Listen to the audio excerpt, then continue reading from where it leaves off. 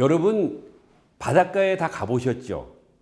바닷가에면 뭐 어느 바닷가를 말하나? 우리가 동해안도 있고 서해안도 있는데 제가 오늘 말씀드리고 싶은 건 서해안이에요. 서해안에 가면 우리가 뭘 보죠? 우리 갯벌을 보죠. 근데 사실 외국에 가서 우리가 너희 갯벌이 있어? 라고 물어보면 못 알아들어요. 갯벌은 우리나라 사람들만 쓰는 용어예요. 우리가 보통 조류라고 하는 민물과 썰물이 왔다 갔다 하는 지역에서 쌓이는 그런 땅덩어리를 우리가 보통 갯벌이라고 얘기를 해요.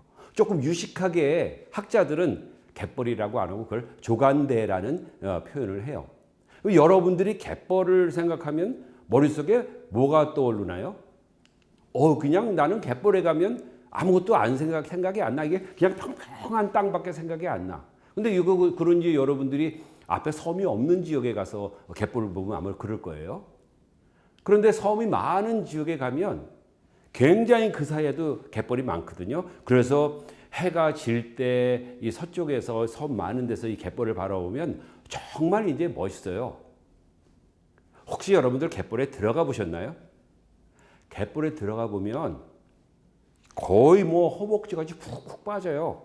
왜냐하면 갯벌이라는 퇴적물들은 아주 고운 그런 입자, 아주 작은 입자의 퇴적물로 되어 있는데 그 중에 물이 80%나 있거든요. 그래서 실제로 뛰어다닐 수가 없어요. 푹푹 빠져가지고. 근데 갯벌에 가면은 사실은 그런 고운 퇴적물만 있는 게 아니라 아주 다양한 생물도 살고 있어요. 아주 구멍을 파고 들어가는 아주 다양한 개들도 있고, 또 남쪽에 가면은 짱뚱어라 그래가지고 구멍 속에 있다가 나와서 툭툭툭 튀어다니는 그런 새들도 있고, 또 때가 되면 시베리아에서 날아왔다가 다시 오스트레일리아로 가는, 호주로 가는 그런 철새를 포함한 여러 종류의 물새들도 있는 게 우리의 갯벌이에요. 그래서 저는 오늘 여러분들에게 이 우리 갯벌의 소중함, 우리 갯벌을 가지고 있는 우리가 어떠한 프라이드를 가져야 되느냐 하는 그런 거를 여러분들한테 오늘 설득시키기 위해서 갯벌에 대한 얘기를 좀 하려고 합니다. 갯벌의 위치는 우리나라에 주로 이제 황해의 서해안에 있죠. 서해안에 물론 우리 남한만 있는 게 아니라 북한에도 갯벌이 굉장히 있고, 이 황해를 쭉 둘러서 이 중국 쪽에도 갯벌이 있어요. 한반도만 갖고 따지면은 황해에서 남해에서 약간 중간 정도 가는 지점까지 우리가 갯벌이 있어요. 근데 이 황해는 다른 대륙붕 지역 얕은 바다 지역과는 달리 원래 이 아시아 지역의 작은 땅덩어리가 붙어서 만들어진 얕은 바다거든요. 그래서 다른 지역에 가면 대륙붕 지역이 수심이 100m나 100m가 넘는 지역도 있지만 황해는 굉장히 얕은 수심으로 이루어져 있어요. 평균 수심이 약 44m고 50m 이내고, 특히 우리나라 쪽이 중국 쪽보다 훨씬 더 수심도 깊고 훨씬 더 울퉁불퉁한 그런 지형을 보여주고 있어요. 그러다 보니까 똑같은 그런 갯벌이라도 중국 측하고 우리나라 측하고는 굉장히 다른 특징을 많이 보입니다. 그럼 갯벌은 어떻게 만들어졌을까요? 갯벌은 이 조류에 의해서 만들어지는데, 조류라는 거는 민물이 들어왔다가 썰물이 나가는, 이게 이제 지역에 따라 달라요. 어떤 지역에서는 하루에 24시간에 한 번 들어왔다 한 번 나가는 지역이 있고, 우리나라 같은 경우에는 2번 들어왔다 2번 나가요. 그러니까 6시간마다 이 조류의 방향이 바뀌어요. 그래서 이 조류가 또 얼마나 많이 들어오느냐. 원래 조류라는 거는 여러분이 다 아시겠지만 달과 지구가 끌어당기는 힘에 의해서 만들어지는데, 만류 인력이라고 그러죠. 거기에 의해서 만들어지는데 지역에 따라서 조차가 다 달라요. 황해에서는 조차가 하나도 없는, 그리고 우리가 보통 무조차 지점이라는 곳이 4곳이 있고, 그 이외에 조차가 인천 앞에 강화 지역이 가장 조차가 커요. 그래서 약 9m 정도 되고, 거기서 남쪽으로 내려갈수록 점점 줄어들고, 또 북쪽으로 올라갈수록 줄어들고, 오히려 중국 쪽에서는 조차가 우리나라보다 상당히 작아요. 근데 우리나라에 수많은 섬이 있고 조차가 9m나 되고, 그러면은 이게 조류가 그 6시간에 쭉 들어왔다가 나가야 되는데 이게 해안선이 있으면 똑바로 들어왔다 나가는 게 아니라 이렇게 들어왔다 이렇게 나가거든요. 그러면 어떻게 되겠어요? 그러면 이 조류가 흘러가는 게 섬마다 이 섬의 이 위치마다 너무너무 복잡할 거예요. 그래서 이렇게 복잡하게 흐르는 조류를 이용해서 과거에 우리 이순신 장군은 일본의 왜군을 갖다가 수군을 갖다가 다 격파할 수 있었던 게 이러한 복잡한 조류 시스템을 잘 파악을 해서 지역 주민의 얘기를 잘 듣고 그걸 파악을 해서 결국은 그 당시에 해양학적인 지식을 이용해서 우리가 승리를 했다고 생각할 수가 있어요. 그럼 갯벌 퇴적물은 어떻게 쌓일까? 사실 갯벌 퇴적물이 어디서 왔을까요? 모든 퇴적물들은 다 육지에서 왔겠죠. 육지에서 그 암석이 풍화가 돼서 거기서 이제 퇴적물이 만들어지고 강 따라서 이렇게 이동을 하면 그게 이제 서해안의 그 여러 강을 통해서 뭐 한강, 금강, 우리나라의 서해 강이 많잖아요. 그 강을 통해서 그게 바다로 유입이 되죠. 바다로 유입이 되면 그러면 그 모래 같은 것들은 바닷가에 이렇게 많이 쌓이게 되지만 모래보다 작은 우리가 펄이라 그래요. 그건 머드라고 얘기하는데 이런 작은 세립질의 입자들은 둥둥둥둥 떠가지고 바다 밖으로 이렇게 나가게 돼요. 퍼져나가게. 그런데 그 퍼져나간 그 퇴적물들이 다시 조류가 이렇게 흐르고 왔다 갔다 하니까 이것이 다시 이제 육지 쪽으로 이동을 합니다. 그래서 이런 밀물과 썰물이 왔다 갔다 하는데 밀물이 들어오면 그 작은 입자들이 와가지고 와서 밀물이 오다가 계속 육지로 들어가는 게 아니라 쓰잖아요. 다시 나가야 되니까. 그럼 나가야 될 때 섰을 때는 어떻게 되세요? 요 입자들이 조금씩 가라앉겠죠. 서 있으니까. 그리고 다시 빠져나갈 때는 이 갖고 들어왔던 것들을 다 갖고 나가지를 못해요. 그러다 보니까 차곡차곡 이 갯벌에 아주 작은 세립질의 입자들이 이 퇴적이 되는 거예요. 그래서 우리나라 서해안은 굉장히 낮은 그런 구별을 가지고 있어요. 아주 그냥 그 서해안은 우리가 평야도 많고 낮잖아요. 낮은데 그것이 조차가 크니까 굉장히 멀리 바닷물이 나갔다가 굉장히 많이 들어와요. 이 넓은 지역을 조류가 움직이다 보니까 이 넓은 지역에 이 갯벌이 쌓이면서 갯벌 퇴적물이 쌓이면서 우리나라 서해안에는 굉장히 넓은 갯벌이 만들어지게 된 거죠. 자, 이런 이제 넓은 갯벌이 그냥 우리가 날씨가 1년 내내 똑같다면은 사실은 그렇게 재미가 없을 거예요. 근데 우리는 참 럭키한 게 운이 좋은 게 봄, 여름, 가을, 겨울이라는 뚜렷한 사계절을 가지고 있거든요. 그래서 여름에는 어때요? 여름에 굉장히 습하고 비도 많이 오고 태풍도 치고 근데 겨울에는 굉장히 건조하고 바람이 굉장히 세거든요. 그래서 이러한 기후가 사실은 갯벌에 굉장히 영향을 많이 주고 있어요. 여러분 그 서천의 유부더라는 곳에 가면 실제로 갯벌을 걸어가다 보면 이 갯벌이 저쪽에 있는 모래가 점차적으로 매해 조금씩 들어오는 그러한 이쪽에 있는 그 펄갯벌을 덮어가는 그런 것도 우리가 볼 수가 있고요. 또 이제 고창과 부안을 경계로 하고 있는 곰소만이라는 지역을 가면 갯벌이 곰소만의 입구에는 모래갯벌이 있고 가운데는 혼합갯벌. 혼합갯벌은 모래와 펄이 같이 있는 것. 안쪽에는 펄갯벌이 이렇게 있는데 이것의 분포가 여름과 겨울이 달라요. 그 정도로 우리나라의 갯벌은 격동적으로 막 변화가 무쌍한 거예요. 그것뿐이 아니라 여러분들 신안에 가거나 이 고창 지역에 가면 정말 특이한 그런 이 퇴적체라고 우리가 얘기해요. 모래로 만들어진 신안에 가면 이렇게 아주 길게 생긴 그런 띠같이 생긴 그런 것도 있고 고창에 가면 바닷가에 모래가 이렇게 뚝 나온 우리가 보통 쉐니어라고 얘기하는 그런 굉장히 특이한 지형도 있는데 이러한 지형은 바로 우리나라만이 가질 수 있는 그런 태풍에 의해서 만들어진 굉장히 특이한 지형이에요. 그래서 겨울에 굉장히 바람이 센데 그 바람이 어디서 오냐면 주로 중국 쪽의 북동쪽에서 바람이 많이 오거든요. 그러다 보니까 여러분들 신안이라는 지도가 이 서천이라는 곳의 지도를 갖다가 우리가 비교를 하면 신안은 폭이 약 40km에서 이 남북의 길이가 70km나 되고 서천의 유부도 지역은 8km에서 5km밖에 안 되는 굉장히 스케일의 차이가 있지만 퇴적물의 분포는 거의 비슷해요.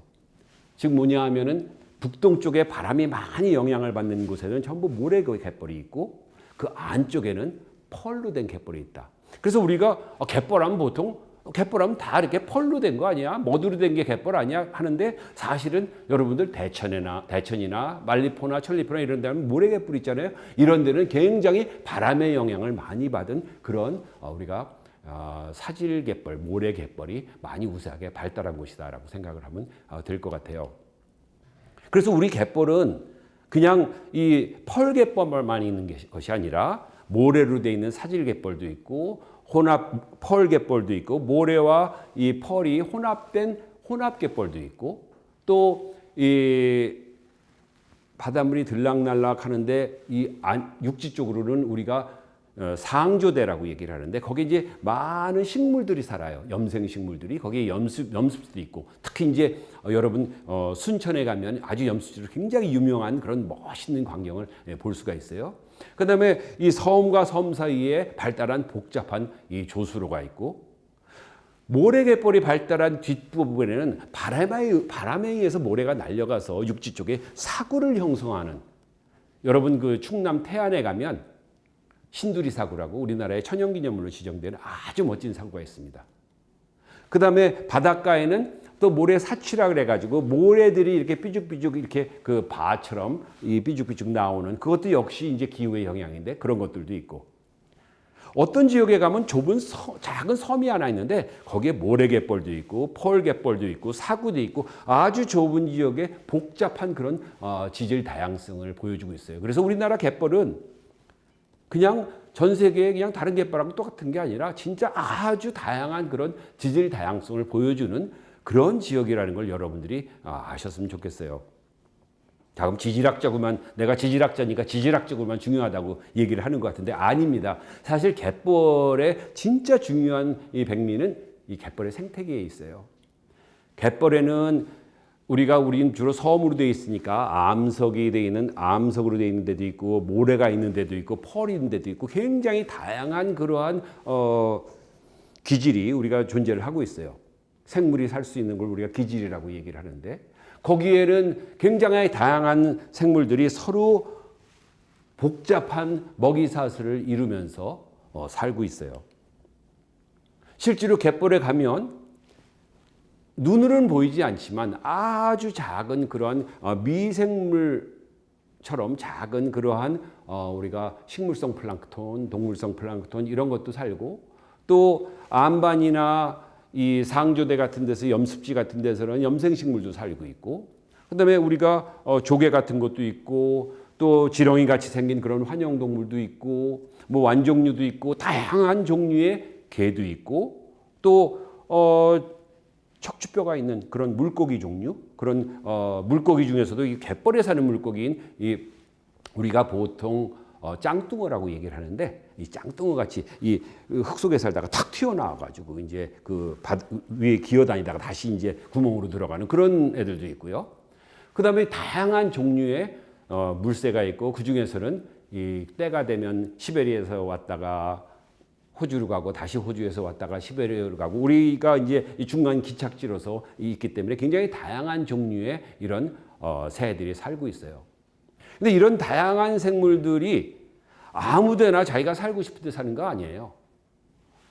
어떤 사람들은 아파트에 사는 거 좋아하고 어떤 사람들은 개인주택에 사는 거 좋아하는 것처럼 이 생물들도 내가 좋아하는 장소가 있어요. 그래서 어떤 생물들은 이 사질갯벌 모래에 사는 애들도 있고 어떤 애들은 이 펄에 살아온 애들도 있어요. 근데 이 두 개의 생태계는 굉장한 차이가 있어요. 그 한 예를 들면 펄갯벌인 경우에는 우리가 가면은 많은 구멍이 있어요. 이 구멍이 무엇을 의미하냐면 그 펄 속에 퇴적물 속에 굉장히 많은 생물들이 살고 있다는 걸 의미해요. 갯벌이 우리나라 갯벌만큼 유명한 유럽의 와데네 갯벌이라고 있어요.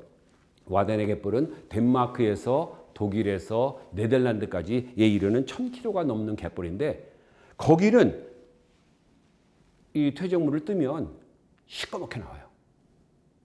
왜? 산소가 없어서. 산소가 없으면 생물들이 살 수 있나요? 없죠.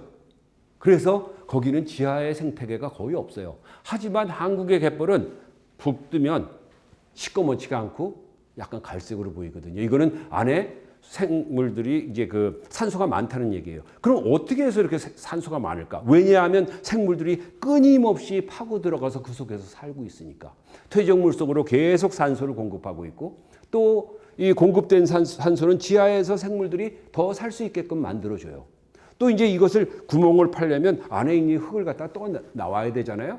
그렇기 때문에 이 흙 속에 많은 영양분을 또 표면으로 가지고 와서 또 생물들이 그걸 먹을 수 있게 좀 해주고. 진짜 효율적인 건 이 지하가 아주 적합한 아파트식이라는 거예요. 그게 뭐냐면 얕은 깊이에서 사는 놈, 중간 깊이에서 사는 놈, 깊이가 거의 1m가 넘어가는 깊이까지 뚫고 다니는 애가 있는데 각각의 깊이에 따라서 사는 생물들의 종류가 달라서 서로 싸울 필요가 없는 거죠. 또 하나 이제 우리 갯벌의 특징은 철새를 많이 볼 수 있는 거예요. 우리 갯벌이 전 세계의 5대 갯벌 중에 하나라고 사람들이 소개를 합니다. 근데 저는 그 말이 별로 마음에 안 들어요. 저는 우리 갯벌이 최고의 갯벌이라고 생각을 해요.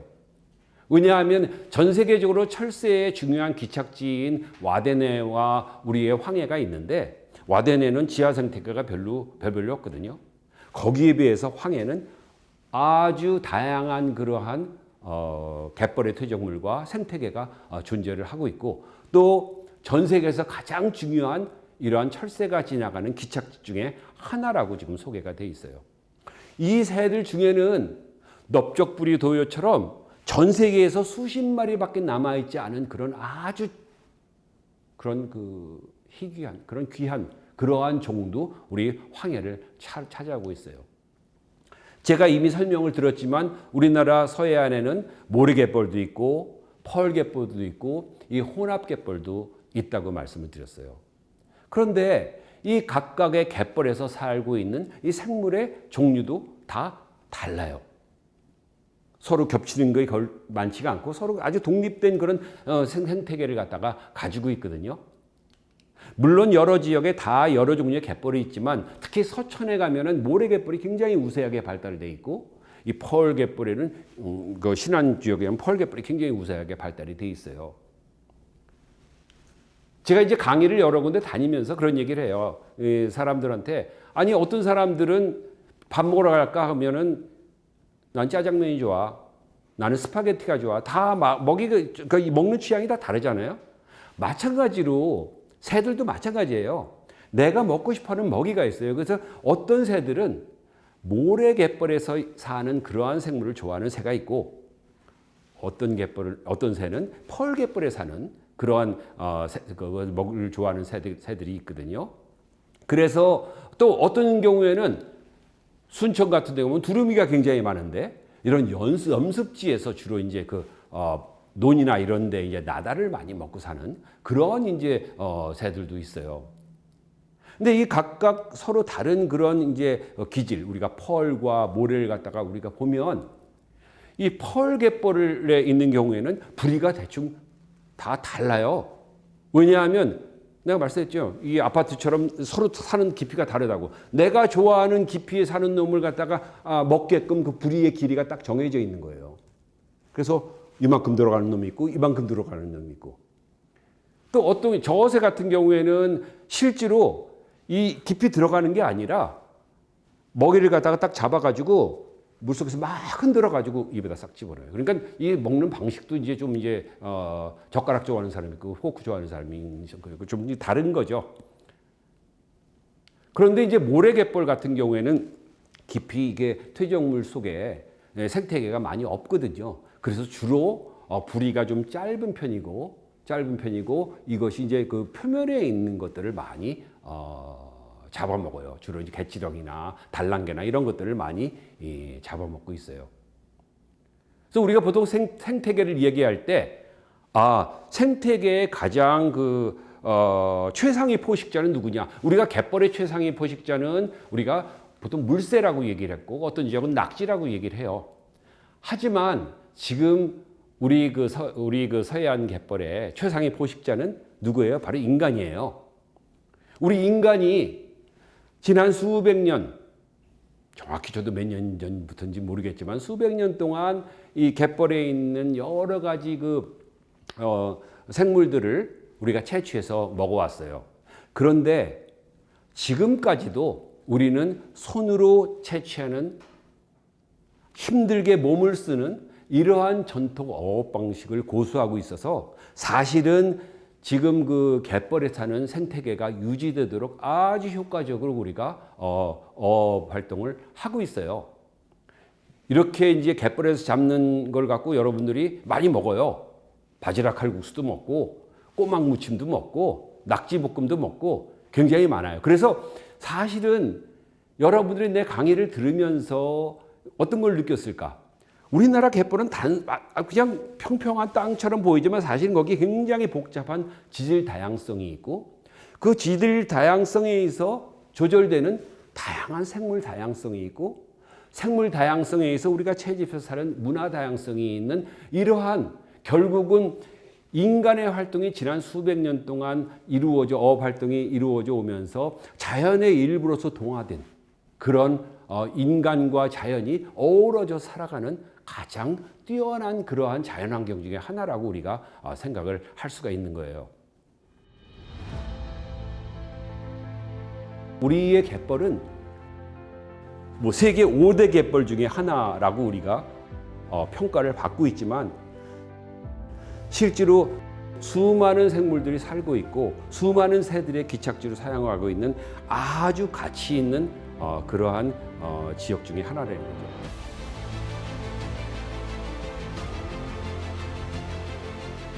오늘 제가 여러분들한테 이 지질학적인 현상과 지질 다양성이 얼만큼 생물 다양성을 컨트롤하고 있고 그것이 다시 또 우리가 사람이 어떻게 사는 데 대한 이 문화 다양성까지도 조절했다는 하나의 사례를 제가 보여드렸어요.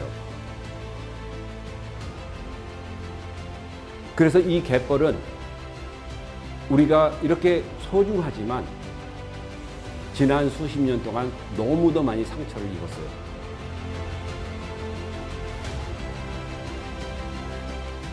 우리는 이제는 갯벌을 우리가 복원해야 될 때라고 생각을 해요.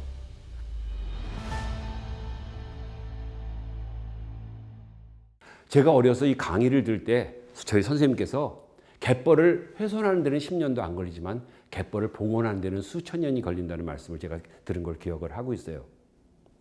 많은 지자체에서 갯벌을 복원하기 위해서 노력을 하고 있지만 실제로 어떤 방법의 갯벌을 정말 잘 복원시킬 수 있을 것인가에 대해서는 아직도 우리가 방향이 잘 설정이 되지 않은 상태거든요. 우리 갯벌은 그야말로 우리만이 가지고 있는 자연유산이고 지질, 생물, 문화가 어우러진 소중한 장소이기 때문에 정말 우리가 소중하게 간직해서 우리 후손에게 물려줘야 될 그런 자연유산의 하나입니다. 고맙습니다.